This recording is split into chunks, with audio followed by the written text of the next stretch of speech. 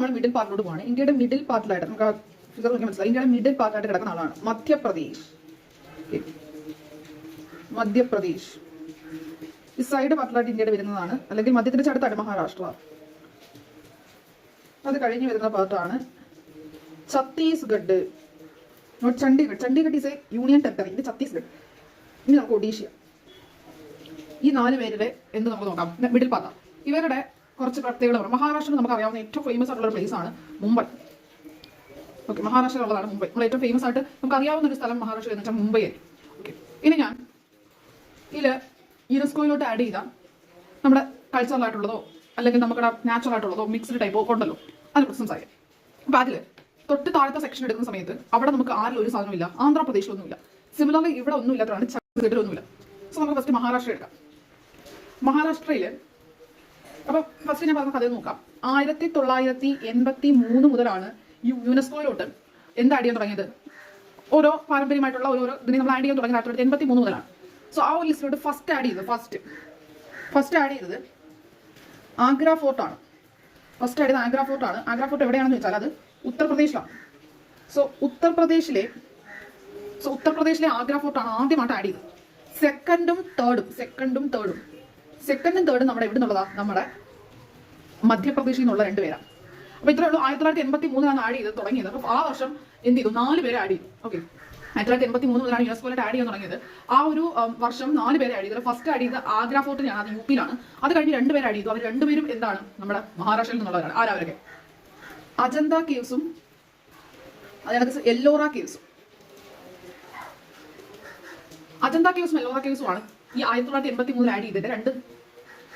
2-3 വരുന്നത് ഒന്നുമില്ല. ആദ്യമായിട്ട് ആഡ് ചെയ്തത് ആരെയാണ്, ആഗ്ര ഫോർട്ടിനാണ്. അതേ വർഷം 2-3 ആഡ് ചെയ്തത് മഹാരാഷ്ട്രയിലെ തന്നെ 2 ഇതാണ്.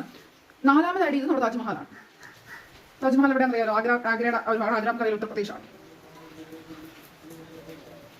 അപ്പം ഇത്രയേ ഉള്ളൂ നമുക്ക് മഹാരാഷ്ട്രയെ കുറിച്ച് പറയാനായിട്ട്. 7 കൾച്ചറലും ഒരു നാച്ചുറലും ഉണ്ട്. ഓക്കെ, 7 കൾച്ചറലും ഒരു നാച്ചുറലും ഉണ്ട്. ഒരു നാച്ചുറൽ ആരാ നമുക്കറിയാം, അല്ല നമ്മുടെ വെസ്റ്റേൺ കൾച്ചർ പശ്ചിമഘട്ടം. സോ അത് മഹാരാഷ്ട്രയിൽ ഉൾപ്പെടെ കിടന്നു. അയാൾ നമുക്ക് ഇനി 6 പേരാണല്ലോ, 1 നമ്മൾ എടുത്തു. ഇനി നമുക്ക് 6 പേരില്ല, 2 പേരെ ഓൾറെഡി പറഞ്ഞു. ഇനി അപ്പൊ നമുക്ക് എത്ര പേരുണ്ട്, 4 പേരുണ്ട്. ആ 4 പേരെ നമുക്ക് നോക്കാം. 4 പേര് ആരൊക്കെയാണ് നോക്കാം.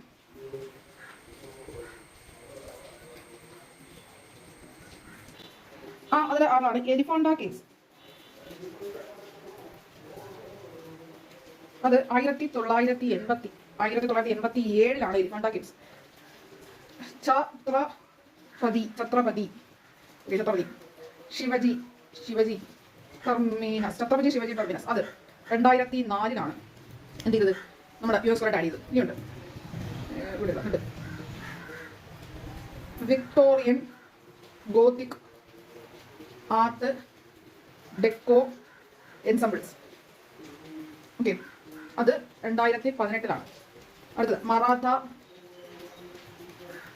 Military landscape. ഇപ്പൊ ആഡ് ചെയ്ത് 2023 ആഡ് ചെയ്ത്. ഞാൻ പറഞ്ഞല്ലോ 11 എവിടെ ഉള്ളതാ, മഹാരാഷ്ട്രയിലുള്ളതാണ്. 1 മാത്രമേ തമിഴ്നാട്ടിലുള്ളതുള്ളൂ. ഓക്കെ, അപ്പൊ ഇതാണ് ഏകദേശം നമുക്ക് മഹാരാഷ്ട്രയെ കുറിച്ച് പറയാൻ പറ്റുന്നത്. ഇനി അടുത്ത നമ്മുടെ സ്ഥലം ഏതാ, നെക്സ്റ്റ് നമ്മുടെ സ്ഥലം മധ്യത്തിൽ കിടക്കുന്ന മധ്യപ്രദേശാണ്.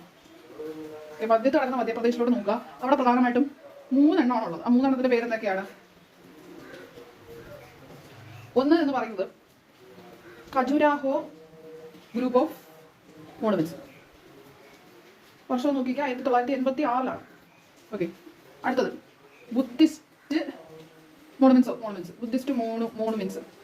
ഓക്കെ, അത് 1989. അടുത്ത് സാഞ്ചിയാണ്. സ്ഥലത്ത് സാഞ്ചി ആണ്, മധ്യപ്രദേശിലെ സാഞ്ചി.